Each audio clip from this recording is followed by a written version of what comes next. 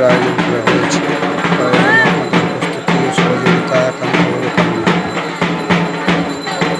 আজ মহা অষ্টমী, সবাই আমাদের মন্দিরে আসুন, পুজো দেখুন, অষ্টমী পুজোর অঞ্জলি দিন। সবাই ভালো থাকবেন, সুস্থ থাকবেন, আমাদের এই কামনা।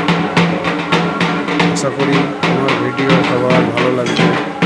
ভালো লাগলে কমেন্ট, শেয়ার, সাবস্ক্রাইব অবশ্যই করবেন।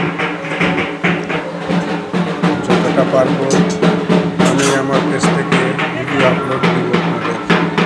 আপনারা দেখতে থাকুন, ভালো থাকুন, সুস্থ থাকুন। জয় মা দুর্গা, মহা অষ্টমী।